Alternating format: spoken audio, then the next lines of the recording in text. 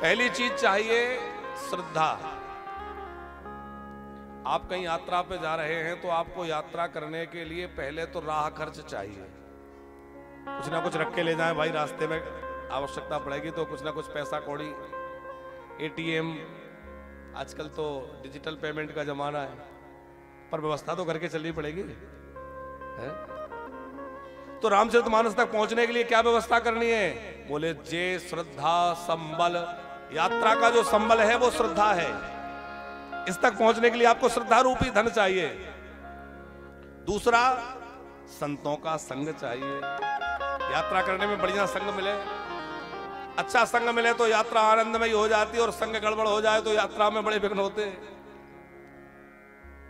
यात्रा में संग वाला व्यक्ति थोड़ा इधर उधर करने वाला हो तो ठीक से ना दर्शन हो पावे, ना ठीक से कहीं रह पावे, वो पता नहीं कहां घुमाता रहे। तो ठीक वाला ठीक ठाक होना चाहिए। तो किसका संग मिले? रामचरितमानस बोले रामायण तब प्राप्त होगी, कथा में तब आपको रति मिलेगी, गति मिलेगी, जब आप संतों का संग करेंगे। नहीं संतन कर साथ, संतों का साथ नहीं है तो कथा मिलकर भी कथा नहीं मिलेगी। और तीसरा, जिन्हीं न प्रिय रघुनाथ, नाथ में रति नेह, भगवान के चरणों में प्रेम हो। राम में, कृष्ण में, गोविंद में, नारायण में, भगवान के चरणों में प्रेम होना चाहिए।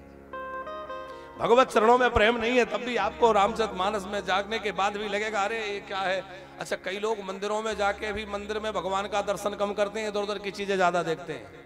बांके बिहारी के मंदिर में जाके भी लोग फुब्बारे देखते हैं, बैलून देखते हैं, लेकिन बिहारी जी कैसी ड्रेस पहने वो नहीं देखते।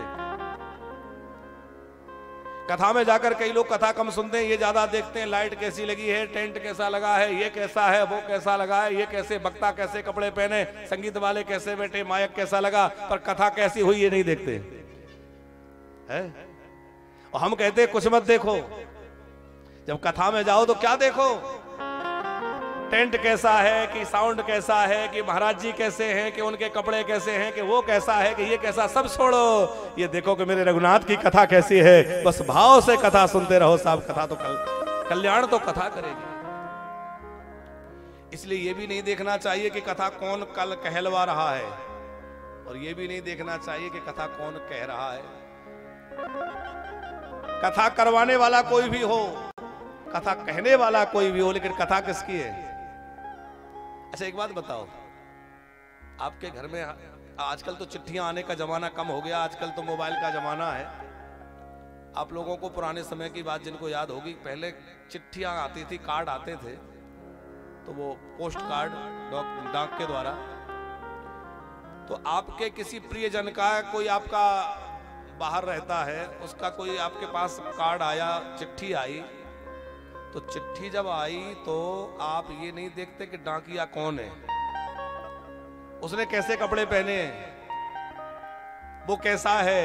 डाकिया को आप नहीं देखते, आप लाई हुई चिट्ठी को देखते हैं, संदेश क्या आया है, संदेश वाहक कैसा है ये नहीं देखते, संदेश क्या है ये देखते हैं। उसी प्रकार भैया हम तो डाकिया हैं, संदेश लेकर आए हैं। संदेश क्या है? बोले रघुनाथ जी की कथा संदेश है, वही आपको देने आए हैं, वो आपको परोसना है। आपको बस उस पर ध्यान केंद्रित रखना है, यहाँ वहां ध्यान नहीं। क्योंकि आगे हम लोग सुनेंगे, शंकर जी सती को लेके कथा सुनने गए, तो भोले बाबा तो बड़े प्रेम से कथा सुनने लगे, और सती माता देख रही है कि अरे ये संदेश वाहक तो गड़बड़ है, ये तो पहले लोटपोट हो रहे हैं, डर रहे हैं, ये क्या कथा कहेंगे। कथा एक, सुनाने वाला एक, और फल अलग अलग है। और यही बात आचार्य जी गोकर्ण जी के प्रसंग में है कि जब धुंधकारी को लेकर विमान जाने लगा तो गोकर्ण जी ने कहा रोको रोको। इस प्रेत ने भी कथा सुनी और इन लोगों ने भी कथा सुनी। वक्ता एक, कथा एक, सुनने का समय एक, सब कुछ एक। विमान फिर सबको लेने क्यों नहीं आया? विमान अकेले धुंधकारी को लेने क्यों आया? तुमने भेदभाव किया? भगवान के पार्षद बोले हमने भेदभाव नहीं किया। तो बोले ये तो श्रवण से विभेदेन, कथा सुनने का भेद है। कोई कैसे सुनता है, कोई कैसे सुनता है, सुनने सुनने का भेद है। यदि हम मन लगा के सुने तो देखो कथा तो वही है जो सुखदेव जी ने सुनाई परीक्षित को, वही भागवत हम लोग सुनते हैं। जो भगवान शंकर ने पार्वती को सुनाई वही राम कथा है।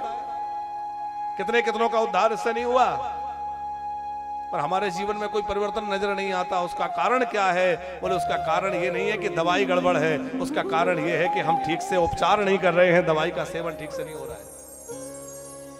अच्छा, दवाई का सेवन करने के साथ साथ आपको परहेज भी करना पड़ता है। कोई भी रोग हो जाए, डॉक्टर के पास गए, उसने दवाई दी तो साथ में परहेज बतलाया, ठंडा मत खाना, तला मत खाना, ये मत करना, खट्टा मत खाना। बोलता है ना गला खराब है, बोले ये दवाई ले जाओ, 3 दिन खाना, बस खट्टे से ठंडे से परहेज करना। हम दवाई तो खाएं, लेकिन तमाम ऊट पटांग भी खाते रहें, कुपत्त भर भी चलते रहें, परहेज ना करें, तो आप लोग बताइए दवाई काम करेगी? हाँ? अच्छा, आप लोग ऐसे बैठे जैसे जबरदस्ती बिठाए हो, ऐसा तो नहीं है?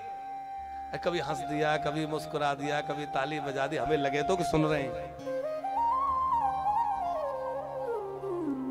तो दवाई आपने खाई लेकिन परहेज नहीं किया, ऊट पटांग खाया, तो दवाई ठीक काम नहीं कर पाएगी ना।